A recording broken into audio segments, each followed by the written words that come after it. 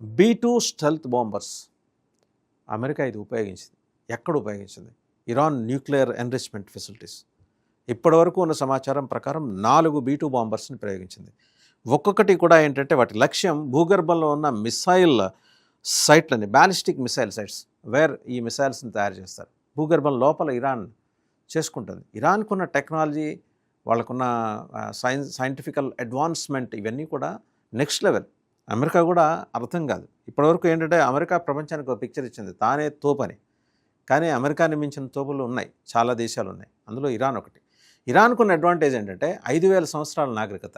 America పుట్టి 250 ఏళ్ళు. So నాగరికతలోనే స్పష్టమైన వేరియేషన్ ఉంది.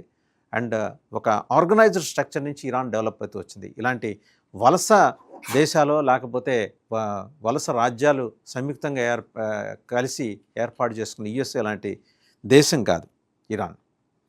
రూపాయిని డాలర్ని శ్వాసించే అమెరికాతో పోలిస్తే ఇరాన్లో ఉన్న శాస్త్ర సాంకేతిక పరిజ్ఞానానికి వెలకట్లెమ్మ.